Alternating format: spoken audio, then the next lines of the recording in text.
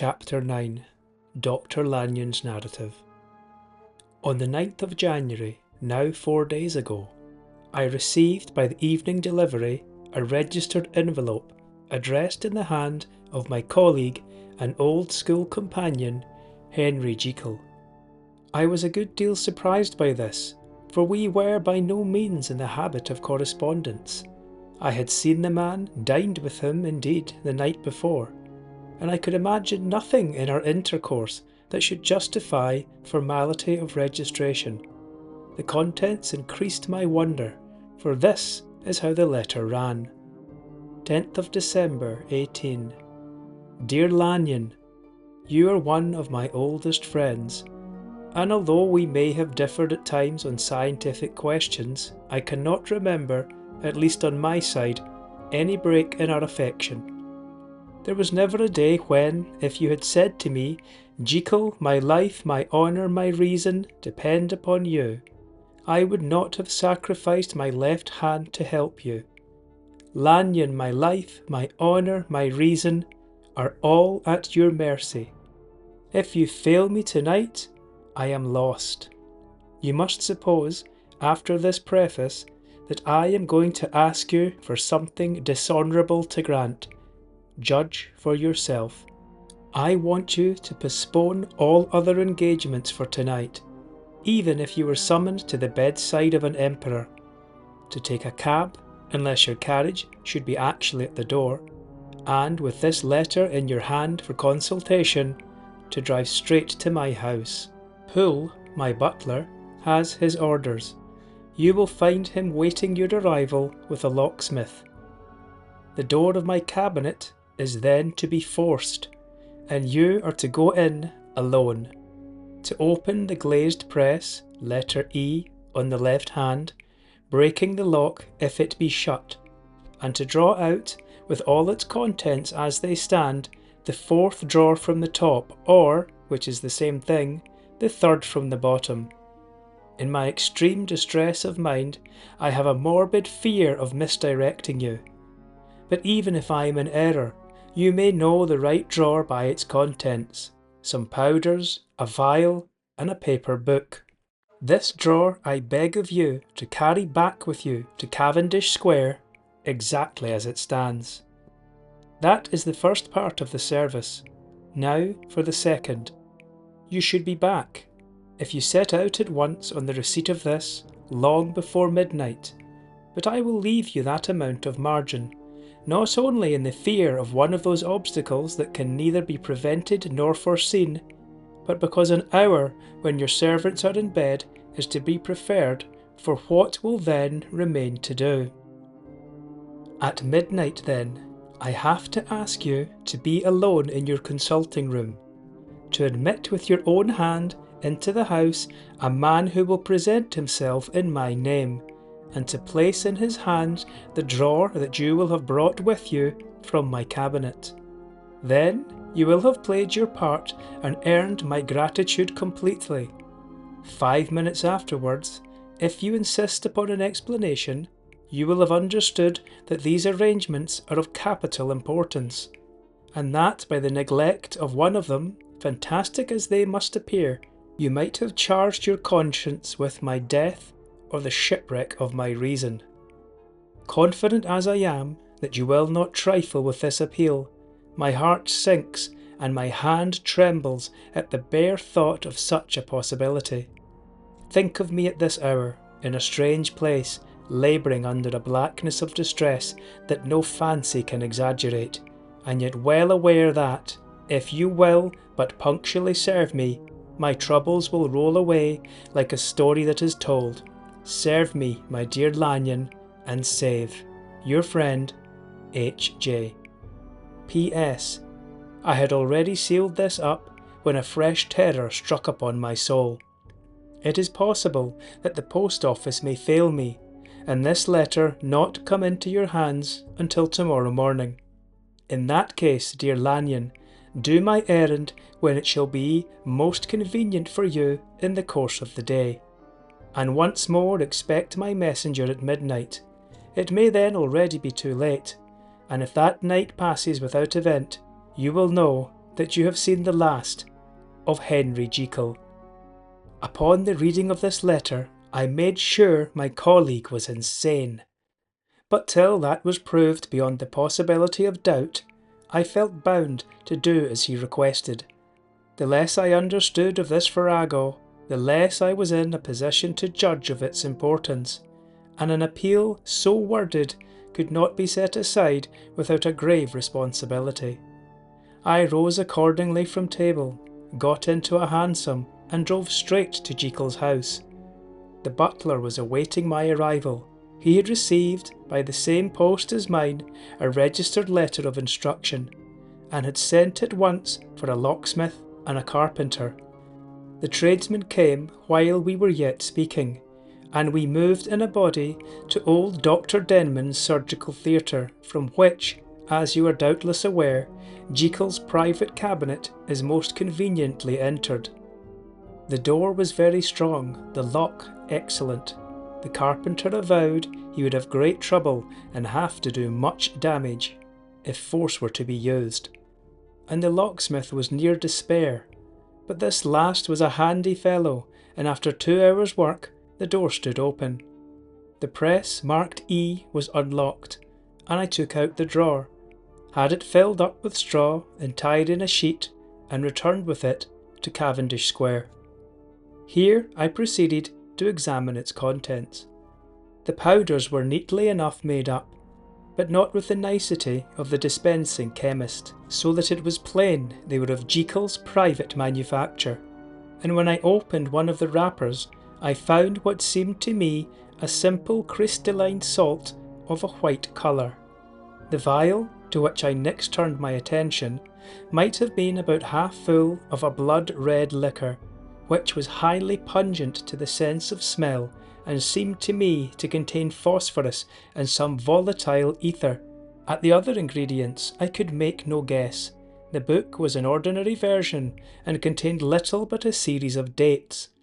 These covered a period of many years, but I observed that the entries ceased nearly a year ago, and quite abruptly. Here and there a brief remark was appended to a date, usually no more than a single word, double, occurring perhaps 6 times in a total of several hundred entries, and once very early in the list, and followed by several marks of exclamation, total failure. All this, though it whetted my curiosity, told me little that was definite. Here were a phial of some salt, and the record of a series of experiments that had led, like too many of Jekyll's investigations, to no end of practical usefulness. How could the presence of these articles in my house affect either the honour, the sanity, or the life of my flighty colleague? If his messenger could go to one place, why could he not go to another? And even granting some impediment, why was this gentleman to be received by me in secret? The more I reflected, the more convinced I grew that I was dealing with a case of cerebral disease, and though I dismissed my servants to bed, I loaded an old revolver that I might be found in some posture of self-defence. 12 o'clock had scarce rung out over London, ere the knocker sounded very gently on the door. I went myself at the summons, and found a small man crouching against the pillars of the portico. "Are you come from Mr. Jekyll?" I asked.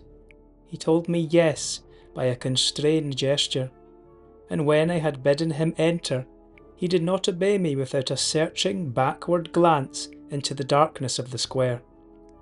There was a policeman not far off, advancing with his bull's eye open, and at the sight I thought my visitor started and made greater haste. These particulars struck me, I confess, disagreeably, and as I followed him into the bright light of the consulting room, I kept my hand ready on my weapon. Here at last I had a chance of clearly seeing him. I had never set eyes on him before, so much was certain. He was small, as I have said. I was struck, besides, with the shocking expression of his face, with his remarkable combination of great muscular activity and great apparent debility of constitution, and, last but not least, with the odd, subjective disturbance caused by his neighbourhood. This bore some resemblance to incipient rigour, and was accompanied by a marked sinking of the pulse. At the time, I set it down to some idiosyncratic personal distaste, and merely wondered at the acuteness of the symptoms, but I have since had reason to believe the cause to lie much deeper in the nature of man, and to turn on some nobler hinge than the principle of hatred. This person, who had thus, from the moment of his entrance, struck in me what I can only describe as a disgustful curiosity, was dressed in a fashion that would have made an ordinary person laughable. His clothes, that is to say, although they were of rich and sober fabric, were enormously too large for him in every measurement, the trousers hanging on his legs and rolled up to keep them from the ground, the waist of the coat below his haunches, and the collar sprawling wide upon his shoulders.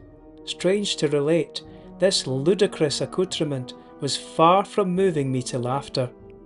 Rather, as there was something abnormal and misbegotten in the very essence of the creature that now faced me, something seizing, surprising, and revolting, this fresh disparity seemed but to fit in with and to reinforce it, so that to my interest in the man's nature and character there was added a curiosity as to his origin, his life, his fortune, and status in the world. These observations, though they have taken so great a space to be set down in, were yet the work of a few seconds. My visitor was, indeed, on fire with sombre excitement. "Have you got it?" he cried. "Have you got it?" And so lively was his impatience that he even laid his hand upon my arm and sought to shake me. I put him back, conscious at his touch of a certain icy pang along my blood. "Come, sir," said I, "you forget that I have not yet the pleasure of your acquaintance. Be seated, if you please." And I showed him an example, and sat down myself in my customary seat, and with as fair an imitation of my ordinary manner to a patient as the lateness of the hour, the nature of my preoccupations, and the horror I had of my visitor would suffer me to muster. "I beg your pardon, Dr. Lanyon," he replied civilly enough. "What you say is very well founded, and my impatience has shown its heels to my politeness. I come here at the instance of your colleague, Dr. Henry Jekyll, on a piece of business of some moment, and I understood." He paused and put his hand to his throat, and I could see, in spite of his collected manner, that he was wrestling against the approaches of the hysteria. I understood. A drawer. But here I took pity on my visitor's suspense, and some perhaps on my own growing curiosity. "There it is, sir," said I, pointing to the drawer, where it lay on the floor behind a table and still covered with the sheet, and then paused and laid his hand upon his heart. I could hear his teeth grate with the convulsive action of his jaws, and his face was so ghastly to see that I grew alarmed both for his life and reason. "Compose yourself," said I. He turned a dreadful smile to me, and as if with the decision of despair, plucked away the sheet. At sight of the contents, he uttered one loud sob of such immense relief that I sat petrified. And the next moment, in a voice that was already fairly well under control, "Have you a graduated glass?" he asked. I rose from my place with something of an effort and gave him what he asked. He thanked me with a smiling nod, measured out a few minims of the red tincture, and added one of the powders. The mixture, which was at first of a reddish hue, began, in proportion as the crystals melted, to brighten in colour, to effervescence audibly, and to throw off small fumes of vapour. Suddenly, and at the same moment, the ebullition ceased and the compound changed to a dark purple, which faded again more slowly to a watery green. My visitor, who had watched these metamorphoses with a keen eye, smiled, set down the glass upon the table, and then turned and looked upon me with an air of scrutiny. "And now," said he, "to settle what remains, will you be wise? Will you be guided? Will you suffer me to take this glass in my hand and to go forth from your house without further parley? Or has the greed of curiosity too much command of you? Think before the answer, for it shall be done as you decide. As you decide, you shall be left as you were before, and neither richer nor wiser, unless the sense of service rendered to a man in mortal distress may be counted as a kind of riches of the soul. Or, if you shall so prefer to choose, a new province of knowledge and new avenues to fame and power shall be laid open to you, here in this room, upon the instant, and your sight shall be blasted by a prodigy to stagger the unbelief of Satan." "Sir," said I, affecting a coolness that I was far from truly possessing, "you speak enigmas, and you will perhaps not wonder that I hear you with no very strong impression of belief, but I have gone too far in the way of inexplicable services to pause before I see the end." "It is well," replied my visitor. "Lanyon, you remember your vows. What follows is under the seal of our profession, and now, you who have so long been bound to the most narrow and material views, you who have denied the virtue of transcendental medicine, you who have derided your superiors, behold!" He put the glass to his lips and drank in one gulp. A cry followed. He reeled, staggered, clutched at the table and held on, staring with injected eyes, gasping with open mouth. And as I looked, there came, I thought, a change. He seemed to swell, his face became suddenly black, and the features seemed to melt and alter, and the next moment I had sprung to my feet and leaped back against the wall, my arms raised to shield me from that prodigy, my mind submerged in terror. "Oh God!" I screamed, and "Oh God!" again and again, for there before my eyes, pale and shaken, and half fainting, and groping before him with his hands, like a man restored from death, there stood Henry Jekyll. What he told me in the next hour, I cannot bring my mind to set on paper. I saw what I saw, I heard what I heard, and my soul sickened at it. And yet now, when that sight has faded from my eyes, I ask myself if I believe it, and I cannot answer. My life is shaken to its roots, sleep has left me, the deadliest terror sits by me at all hours of the day and night, and I feel that my days are numbered, and that I must die. And yet I shall die incredulous. As for the moral turpitude that man unveiled to me, even with tears of penitence, I cannot, even in memory, dwell on it without a start of horror. I will say but one thing, Utterson, and that, if you can bring your mind to credit it, will be more than enough. The creature who crept into my house that night was, on Jekyll's own confession, known by the name of Hyde, and hunted for in every corner of the land as the murderer of Carew. Hasty Lanyon.